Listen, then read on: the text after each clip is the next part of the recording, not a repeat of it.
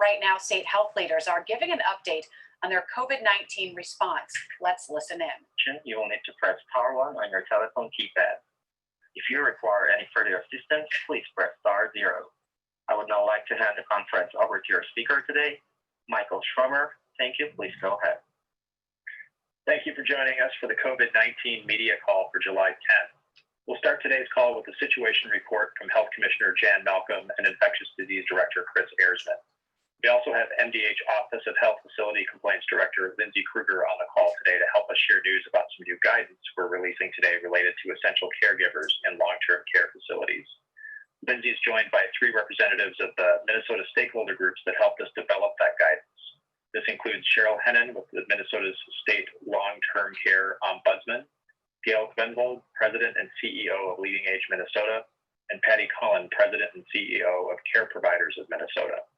After updates from each speaker, we'll turn it over to questions from reporters on the line. With that, I'll now hand it over to Commissioner Malcolm. Thank you, Mike. Good afternoon, everyone. As of early this morning around the world, we were approaching 12.3 million cases of COVID-19 and 556,000 deaths from this disease.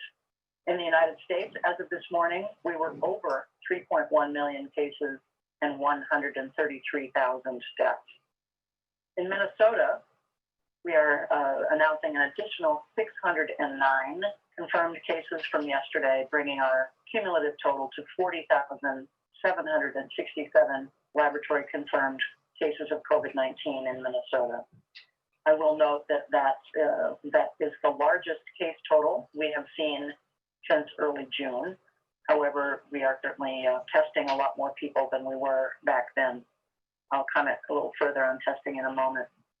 The median age of our cases continues to drop. It is now 38.1 years as of yesterday's total. And I believe the daily median age yesterday was right about 29 years old. Unfortunately, we had an additional 5 deaths in Minnesota yesterday from COVID-19. 3 of these persons were in Ramsey County and 1 each in Hennepin and Olmsted. These were 2 individuals in their 90s, 2 in their 60s, 1 in their 50s. One of these persons was a resident of a long-term care facility. Currently, there are 227 patients in the hospital, 124 of those in intensive care. The increase of 8 people in intensive care yesterday was the first time we'd seen an increase in intensive care in a number of days. As I mentioned, yesterday's total of 609 new cases was on a very strong, the strongest yet, the volume of laboratory confirmation of tests. That was 19,213 lab tests processed yesterday. The 7-day average testing positivity rate, which, as we've been talking about, is an increasingly important measure for us to track, given that we are testing so much more. It's the percentage of those increased tests that are positive that we're really keeping an eye on. That 7-day rolling average positivity rate is now 4.5%, which is an increase from 3.8% a week ago. Over the past week, we've seen an increase in total number of tests of 12.5% compared to an 8.3% increase in new cases detected over that same week's period of time. This week, we passed the milestone of 700,000 COVID-19 tests having been performed in Minnesota overall since the beginning of the pandemic. I just want to once again thank all of the partners that have helped to make this possible. The health systems, the frontline workers in clinics and long-term care facilities, hospitals, community testing sites, the National Guard, our partners at the Mayo and University of Minnesota for helping all of our health systems increase testing capacity in Minnesota. This is, as you've heard the governor say many a time, such an essential tool in our ability to manage the disease going forward in Minnesota. I'd like to give you an update on something we talked about last week with Dr. Linfield and Dr. Hick, and that is about the drug remdesivir. We are very grateful to the Gilead Company and the Federal Department of Health and Human Services for what they've done over the recent weeks in facilitating the supply of donated remdesivir for patients in Minnesota. Since Dr. Linfield reported on this, I think it was just last week, we have learned that the donated program has ended, and the program is now moving from that fully free program to what the federal government is referring to as a semi-commercial model, where allocation and distribution of the drug will still be managed by the Department of Health and Human Services federally and by the Minnesota Department of Health. But going forward, hospitals will be expected to purchase this drug if they wish to use it. The State Health Department continues to work with our ethics group, which is made up of ethicists, clinicians, and we are working closely with that ethics group, with frontline physicians and health system leaders to determine how best to manage this new process. We will still, from the health department's perspective, still be allocating amounts to hospitals based on their total numbers of hospitalized cases, but the hospitals will now be deciding whether or not to purchase all of that allocation or just part of it, or however they make that decision at the hospital level. The first shipment under this new process is expected next week.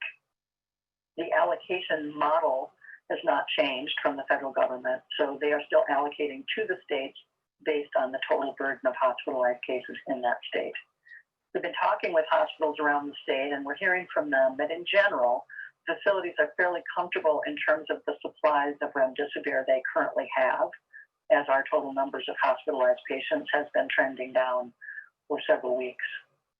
We also have maintained a small supply of remdesivir at MDH to send out to hospitals if needed, but we've only had to do that on a couple of occasions.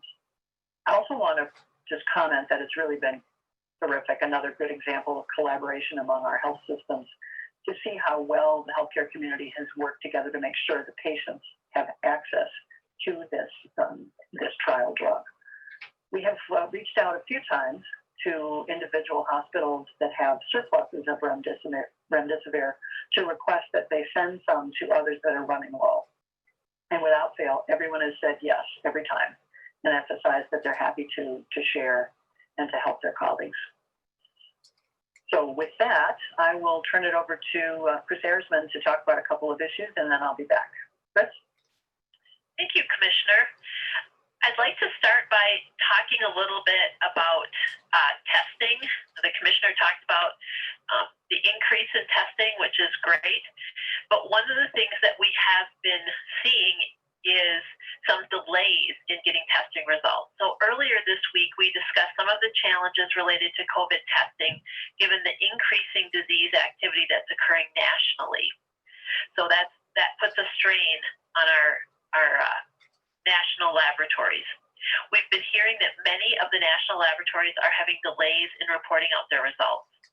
This is obviously frustrating, but it's very important that if you are symptomatic and are waiting for test results that may be coming from these laboratories, that you continue to stay home and do not go out in public until you get those results.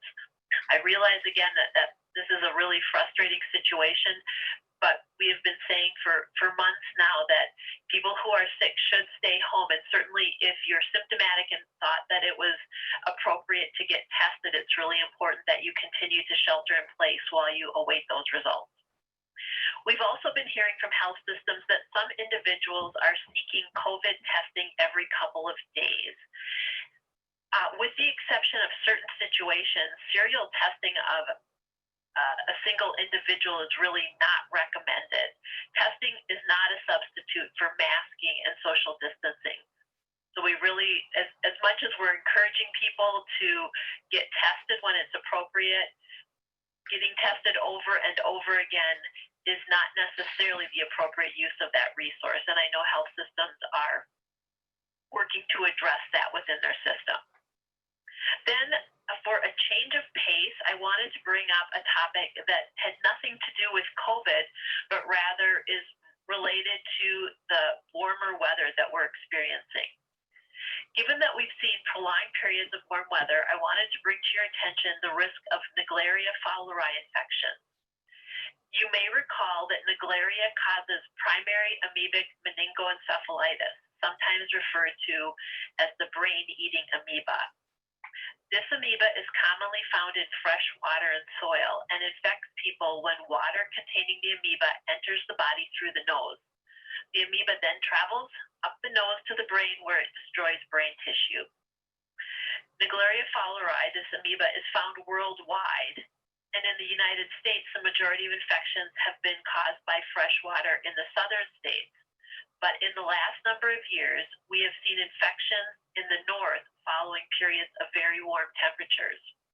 While the infections are rare, they are more likely to occur when it is hot for prolonged periods of time, which results in higher water temps and lower water levels.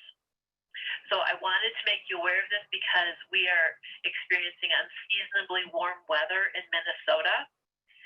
Swimmers should assume that Naegleria is present in fresh water. To reduce your risk, keep your head out of the water, hold your nose shut, or use nose clips if going underwater, and avoid digging in or stirring up sediment. And then finally, I wanted to give you some updates on the long-term care data that we publish on our website.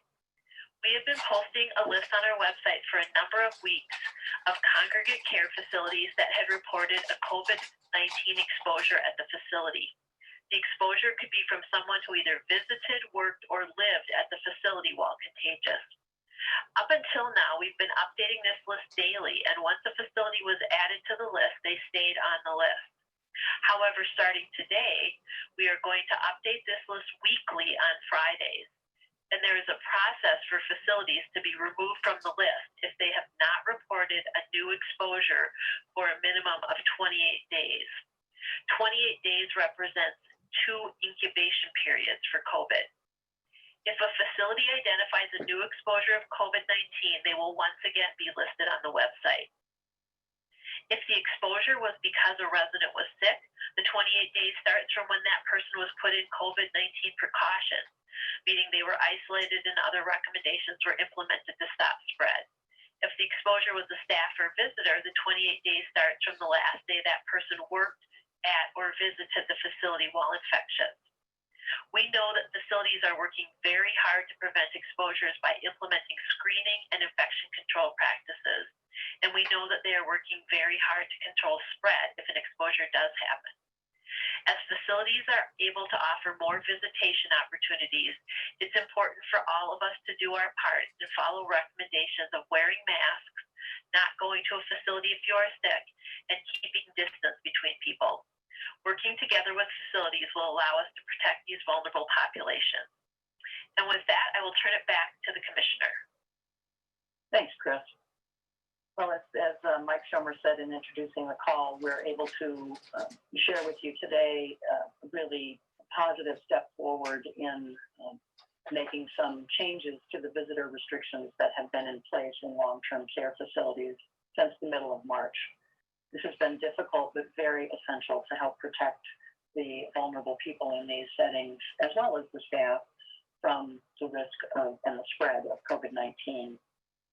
These restrictions have really been helpful in reducing the spread of COVID-19, but as we've discussed, and we've certainly heard from providers in the facilities, as well as from residents themselves, from loved ones, families, that these restrictions have come with their own cost in the form of certainly social isolation, loneliness, the very real health risks, as well as quality of life risks that this provides for loved ones and families at what couldn't be probably a more stressful time for everyone.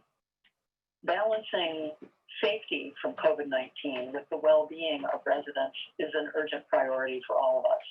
And with that in mind, we at the Health Department have been working with stakeholders over the last few weeks to develop some new guidance for long-term care facilities to use in this case, in designating family members or others to serve as what we are referring to as essential caregivers for residents in long-term care facilities.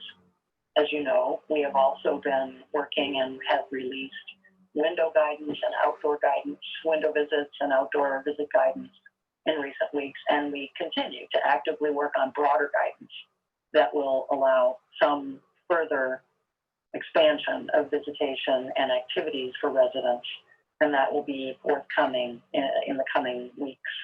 But we're happy today to be able to move forward on another important piece, which is that people designated as essential caregivers, designated by the resident, and through a process, will have expanded access to help ensure that the residents' full range of emotional, social, and physical needs are met.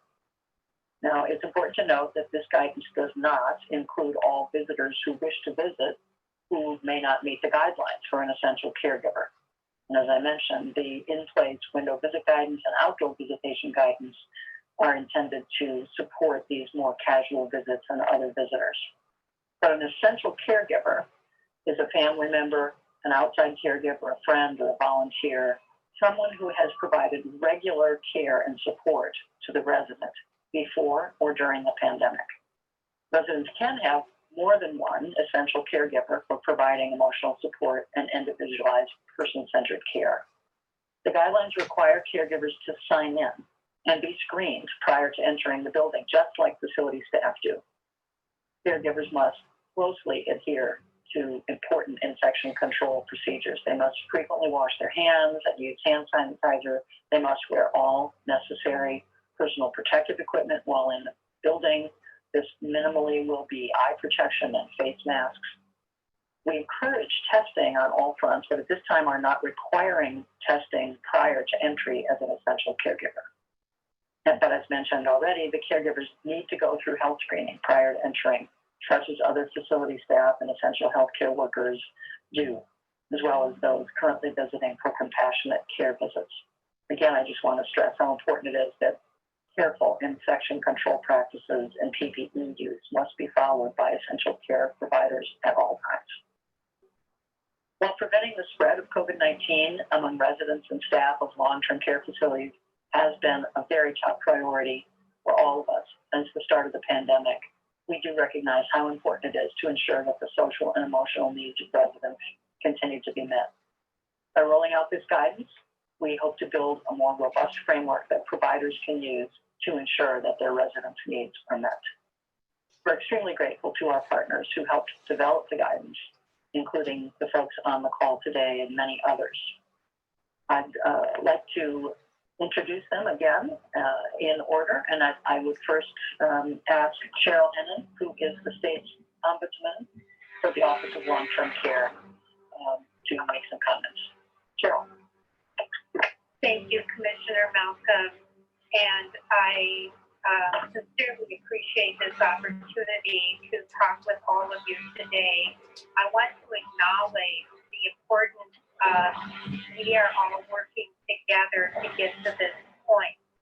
I feel that speaks to the strength and the commitment of citizens in Minnesota, and we need to continue to show how we do this in Minnesota in terms of supporting rights and well-being and considering people first in our regulations and guidance. People are suffering and they're dying from COVID-19, but also from loneliness. They're emotionally wrought. Families are experiencing or seeing conditions deteriorate, whether it's by the phone or FaceTime or through the window. They're seeing their loved one become unresponsive, unable to respond to basic conversations. We all agree visitation restrictions were implemented for good reason. Persons living in long-term care settings, our everyday heroes, are at particular risk of complications from COVID-19 due to their age, underlying health conditions, and congregate living situations. However, the Ombudsman's Office, in our role as advocates, we, as time has moved on with this virus, we have increasingly experienced by walking at the side of people who live in our long-term care settings. Members of our communities are calling us and talking about the psychological and physical decline of their loved ones. So imagine this for a moment. You have a partner, a loved one, you've been with them for 57 years, you've always been together. Unfortunately, your loved one that you've laid beside, spent fun times with, all of a sudden, unfortunately, is diagnosed with dementia, and the condition continues to advance. Therefore, the tough decision is made to move into a long-term care setting. So with COVID-19, what we see, and it oftentimes feels like in many ways we're working at ground zero, but we do see blessings happen where due to the restrictions in visitation and the separation of people, behaviors increase in the individual, people stop eating, people are not sleeping, people are not bathing, people are totally refusing. They feel they'd rather be leaving the earth. So family members and people are contacting us. Imagine you are in their place and you realize that you are losing your loved one. We have heard from facility staff members tell us, please help us, because in our opinion, in our medical opinion, this person is continuing to experience significant decline because they are not with their loved one of 57 years. So not giving you private information, this is actually a regular, or it's also an example of a family that we've worked with. We were able to obtain a visit for this particular individual because of the significant decline. And the family member had been providing regular cares for their loved one prior to the person entering a long-term care setting. So with the cooperation of the facility, the loved one was reunited with their spouse of 57 years. And it was incredible, the increase in positive mood. The resident was motivated, engaged, was eating, was bathing. The point I'm making is this essential caregiver guidance is very significant. And the Ombudsman's Office is able to be available to assist in making sure that we accommodate the guidance, that we work with facilities. We also are very grateful that the guidance reflects a person-centered, person-focused guidance criteria. If you look at it, you will see that the guidance is, the person-centered direction is explained in promoting quality of life. The resident is given choice in determining who they will designate as an essential caregiver. The point is, I appreciate the work that was done collaboratively with stakeholders in reflecting the importance of the person at the center of the guidance. And I can assure you there will be a number of people very, very grateful that this is happening in Minnesota. And we in the Ombudsman's Office do stand at the ready to assist in ensuring that we can bring people together again, and of course within following proper procedures and precautions. I just am very grateful to see this guidance now issued. Thank you, Commissioner Malcolm. Thanks, Cheryl, and thank you to you and your colleagues in the Ombudsman's Office for the critical work you do all around our states every day. Now I'd like to introduce Gail Gvenvold, President and CEO of Leading Age Minnesota. Gail. Thank you, Commissioner Malcolm. As providers, we've been so pleased to collaborate with the Minnesota Department of Health and the Ombudsman and other stakeholders on this exception to visitor restrictions for essential caregivers.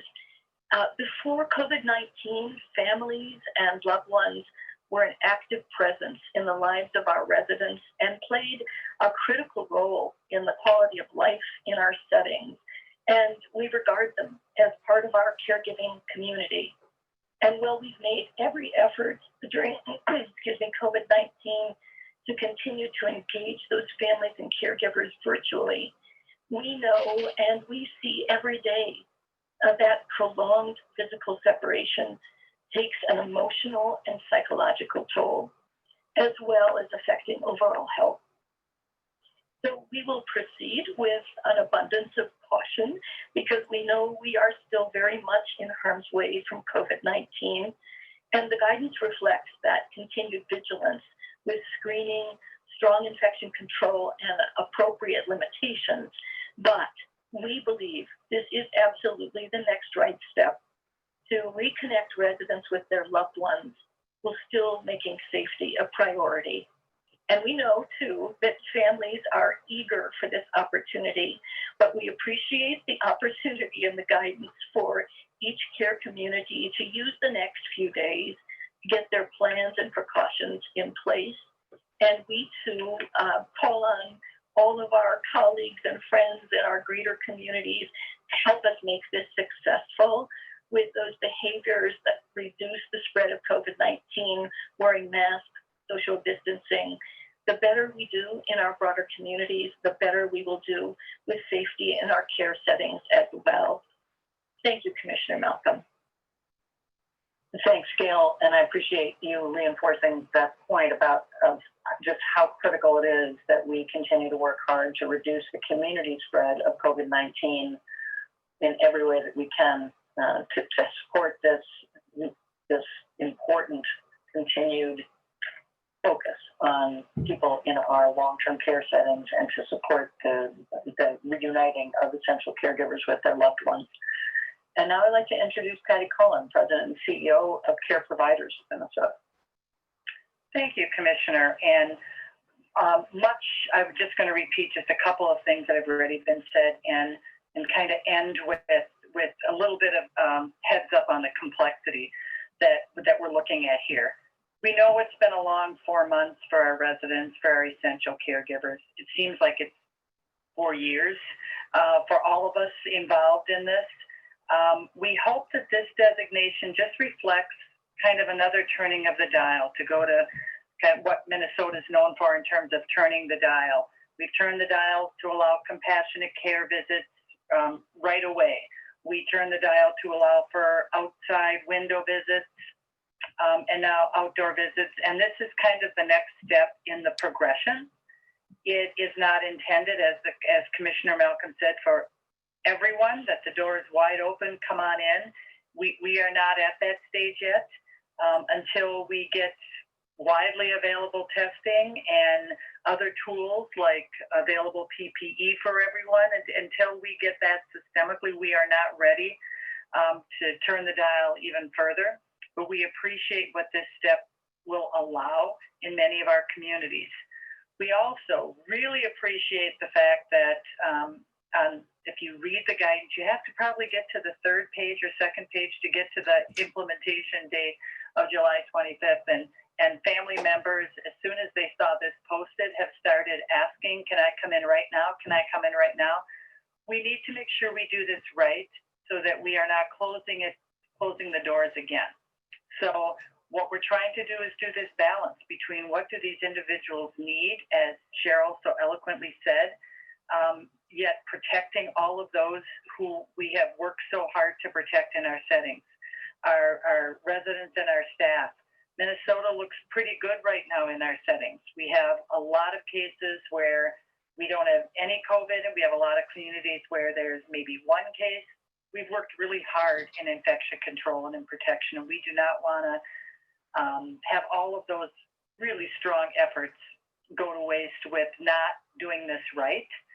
So the policies that will have to be developed before this can be implemented are very complex.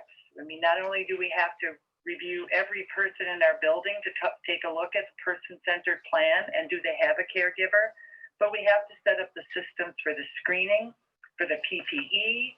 We have to make sure that there's training so that there's an understanding of as a visitor what the expectations are. You know, you go right to the room. You have to make sure that you don't do what you used to do. And that's really hard to unlearn when you've had family members who've been very good about visiting neighbors and friends and going to open spaces and being very social. We're not going back to that normal. And so retraining is going to be a critical part of this. And finally, helping them understand that we have to just follow the data like everyone else is in the state. And we have to watch closely what triggers would it take for us to say, we have to stop these for now. And that's what we are trying to avoid. It's one thing once you open the doors, it's going to be very difficult to say, I'm sorry, we're going to have to stop doing the visits that you've missed so much. So we want to be very cautious about this. So the message I would give to family members and everyone else out there is we know you've been patient for 4 months, and we're begging you to be patient for a little bit longer while we put in place. Again, providers are just seeing this guidance today for the first time, and they're going to need a little bit of time to gather their people together and figure out how they can implement this with safety in mind. So with that, I guess I turn it back to you, Mike, for questions. Great. Thank you, Patty. Yes, operator, we're ready to take questions now. As a reminder, to ask a question, you will need to press star 1 on your telephone keypad. Please stand by while we compile the Q&A roster.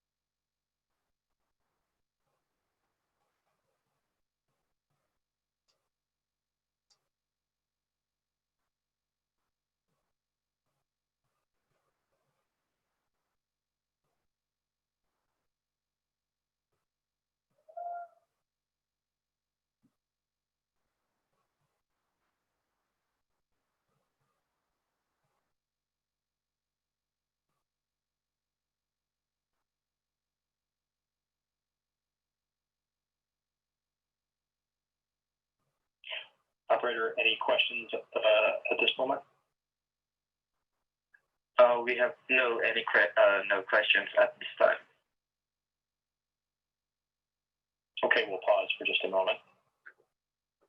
See if any reporters on the line would like to ask a question. Could you just remind them of the guidance? Okay, to ask a question, you will need to press star 1 on your telephone keypad.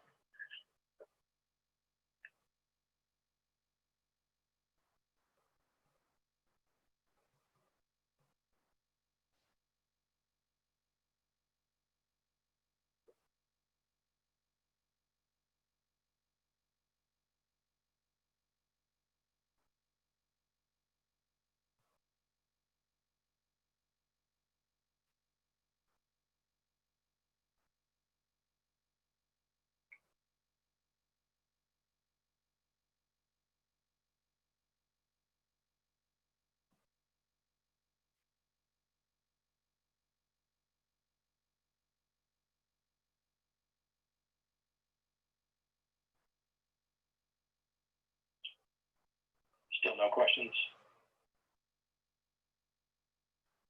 And we have a question.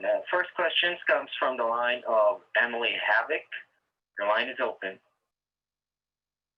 Hi, thank you. Just a heads up, I had punched in a few times. I think there might be something glitching with the questions. I'm guessing other people have too. My question, I'm sorry, I'm actually going to go off topic a little bit here because my question has to do with young people in COVID-19, not young adults, but kids up to 19 years old. I was kind of digging into those numbers for the past couple months, and it looks like the percentage of cases in Minnesota that are people 19 and under has actually doubled in the last 2 months. The weekly report for May 14th said it was just over 6% of cases, and this week it's over 11.5%. Just wondering if Jan or Chris, you could contextualize that increase for me at all. Is that surprising to you? And does that probably have to do with testing a lot more young people, or do we think that we're seeing a real increase in cases among kids? I know we've been talking about that a lot in the news the last couple of weeks. Thanks for that question. I think you are you're reading the data correctly, but I'm going to ask Chris to kind of give some context for that. Yes, I think that the increase that we're seeing in not our young adults, but in our youth, is a combination of both of those things. That testing is more available. As you know, when we had limited testing, we really focused on our elders because they were our most vulnerable populations, and so that was where our testing resources were invested. And now that we have adequate testing, we are able to be testing everyone who's symptomatic. So I think that is a factor. The other thing is that we have moved away from, shelter in place. There's a lot more activities and a lot more interaction for our youth. And so that too will contribute to increased transmission and identifying more cases. So I think it's a combination of both of those things. And so it's just a good reminder, we want you to be able to participate in your sports. We want you to be able to, interact, but please do so in a socially distanced manner. As a follow-up here, can you tell me what you're seeing in the contact tracing? I know we had talked about Edina before being related to house parties, cabin gatherings, youth sports. What are you seeing statewide? We're seeing that same thing statewide. We've, I think, in an earlier call this week, I talked a little bit about what we were seeing, related to child care and things. But because we're seeing an opening up of multiple activities in which kids can participate, it's those things. It's sports. It's those various interactions that are contributing as opportunities for transmission. So no one thing in particular, but all of those activities. And are you seeing any hotspots or clustering with these cases among kids besides what we already talked about with Edina? No, not in particular. Thank you, Chris.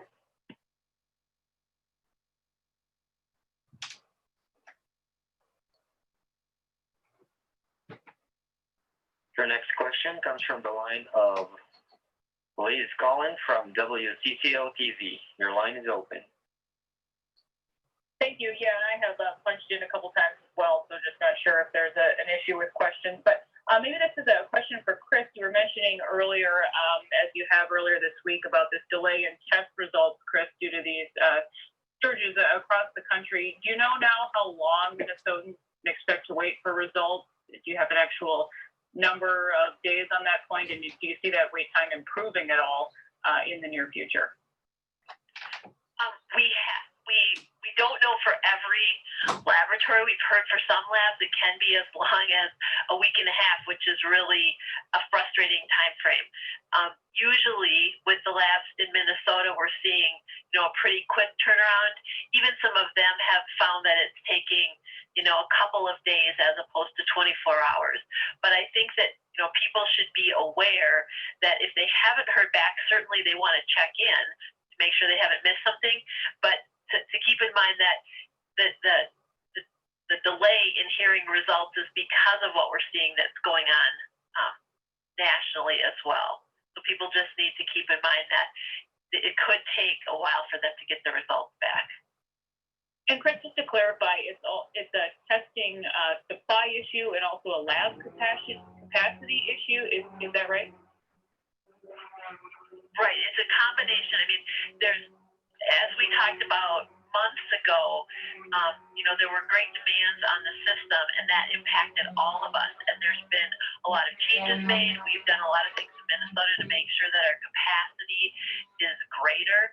But with the increased demands on the system in the United States, that puts a demand on the national labs, and that also puts some demands on some of the supplies and things like that. So it's a combination of factors, but the ultimate outcome is that there have been more delays, and we just wanted to alert people to that, because it's really important that if it does take quite a while for you to get your results, that you are not circulating in society. Because we would be calling you if you had your positive result. We'd be calling you to tell you to stay home, and so we're telling you that now. Please continue to respect that, even as you're having to be patient about getting results. Thank you, Chris.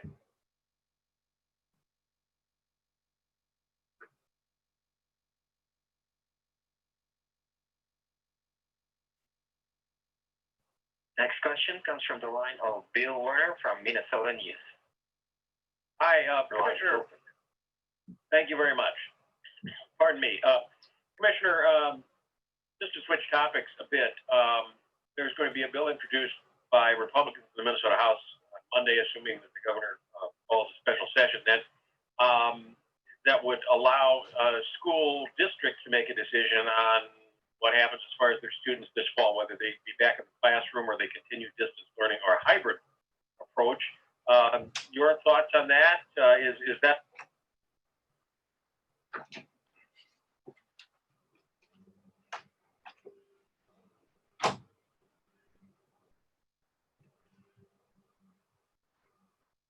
State Department of Education and local school districts and jurisdictions works. We think it's certainly important and appropriate that there be guidance that is available and used to the extent that it is possible statewide for having as much consistency as we can in approach, but local conditions do differ. And I think what you will see in the guidance when it is released by the Department of Education with consultation from us at the Health Department is, and we've been reinforcing the value and the appropriateness of everybody having all three plans fleshed out: in-person learning, distance learning, and a hybrid model. Because I think, as the Commissioner Ricker has said, as well as we had said at the Health Department, it's highly possible that districts may find themselves using a combination of approaches during the year, because there will be, as a part of that guidance, assistance for districts, school buildings and school districts to really understand the criteria that might make them switch between models. So we've been talking about, you're aware, we're working on that guidance right now. So we believe that guidance will be available to schools to support their planning in the near future. Commissioner, just a quick follow-up. Will that guidance reflect then regional options? In other words, not necessarily the same guidance for all school districts in Minnesota, regardless of where they're located? Again, I'd refer you to the Department of Education for any nuances that I may be missing there. I think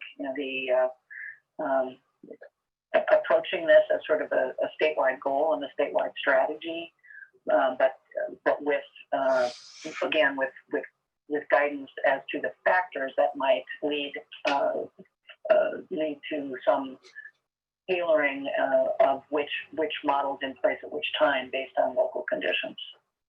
Okay, thank you, Commissioner. Appreciate it.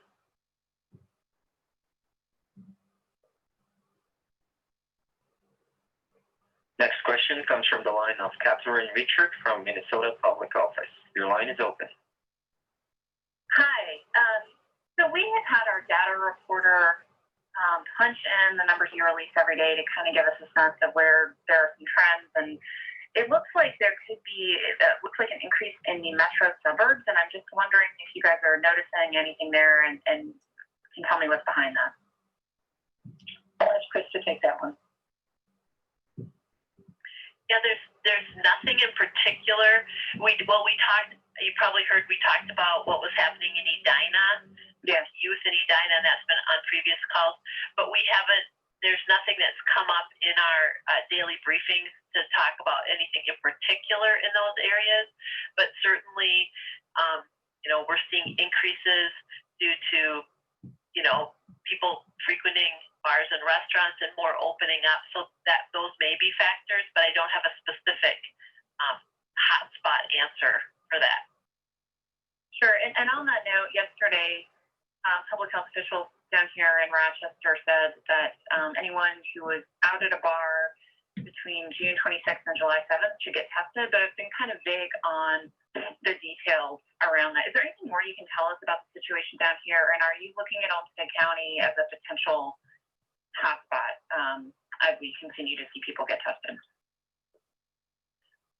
Yes, we are working with Olmsted County. They have been doing many of the case investigations, and so they're the ones that are working, specifically on what's going on in the Rochester area. We have some criteria that we use before we release information about a facility. We want to make sure, well, first of all, we want to make sure they've been notified, but then also that we have seen at least 7 cases that are associated with that facility that have no other, so that only frequented that facility. I can check and see where we are with the numbers on that and send you an email with the names if we have reached the point where that's where they're at. Okay, and are you seeing any indication here that Rochester could be another hotspot? I think they reported, 39 new cases overnight, which is, as far as I can tell, the most reported in a single day period. Yeah, certainly we are concerned, and that's why Olmsted County wanted to make sure that people were aware of what was going on. We're concerned when we start to see clustering of cases related to establishments. What we're learning is that people don't just go to one establishment, but they may go to one and then move to another. And so I know Olmsted was really looking at a particular geographic area where people were going in and out of different establishments. So I'll check on the details, but yes, we are concerned, and that's why Olmsted put the word out about that. And we supported them in doing so. Okay, thanks.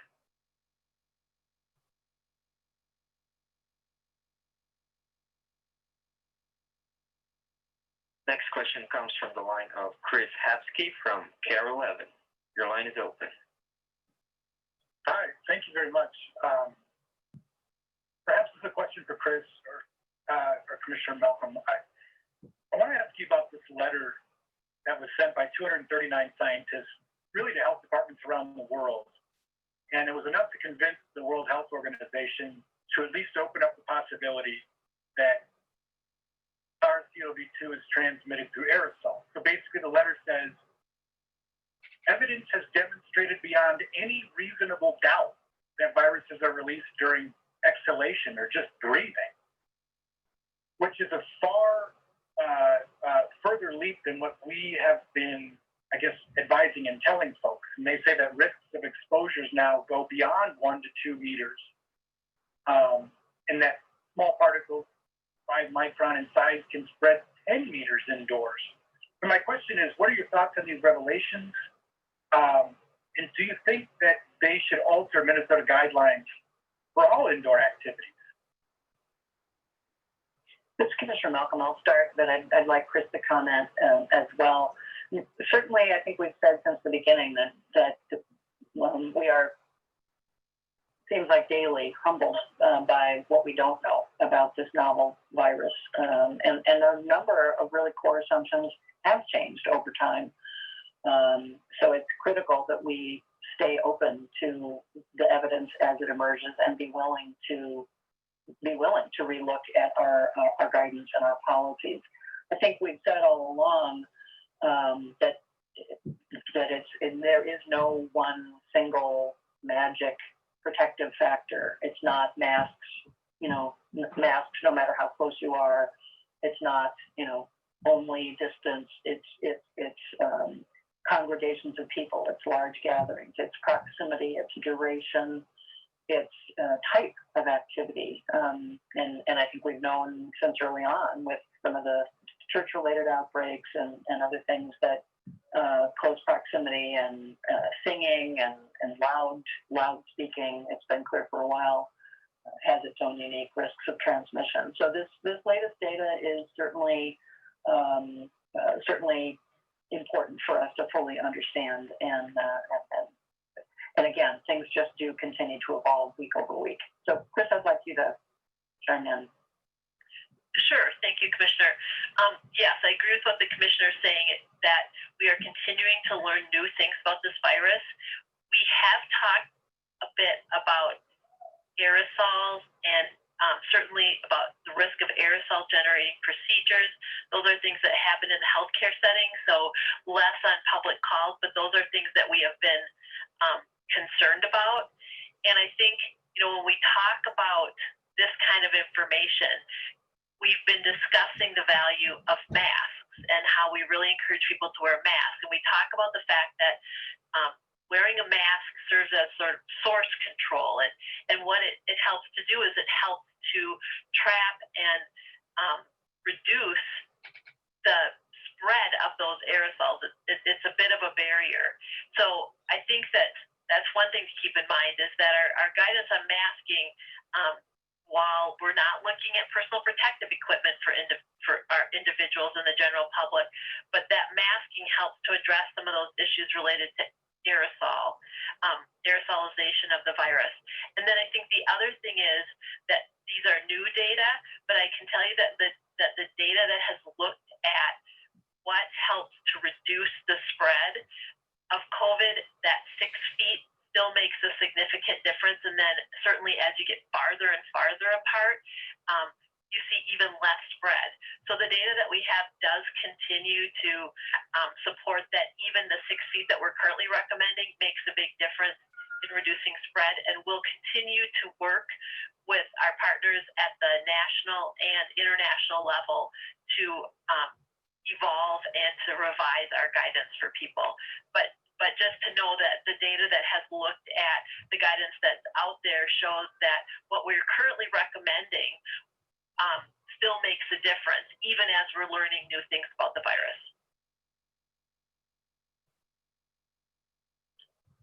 So just to clarify, so I guess you're saying that the precautions that you're already putting out there should pretty much cover, aerosolized spread. It does come just from breathing.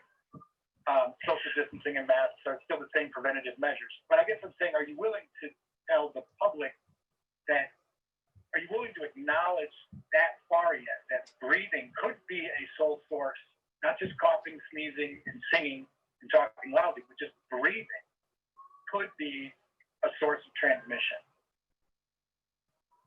Yeah, I think that's why we've talked about the need for these various measures, is because that is a factor. We've certainly said that if someone coughs on you, that is definitely an issue, because you have a much greater potential for greater viral exposure.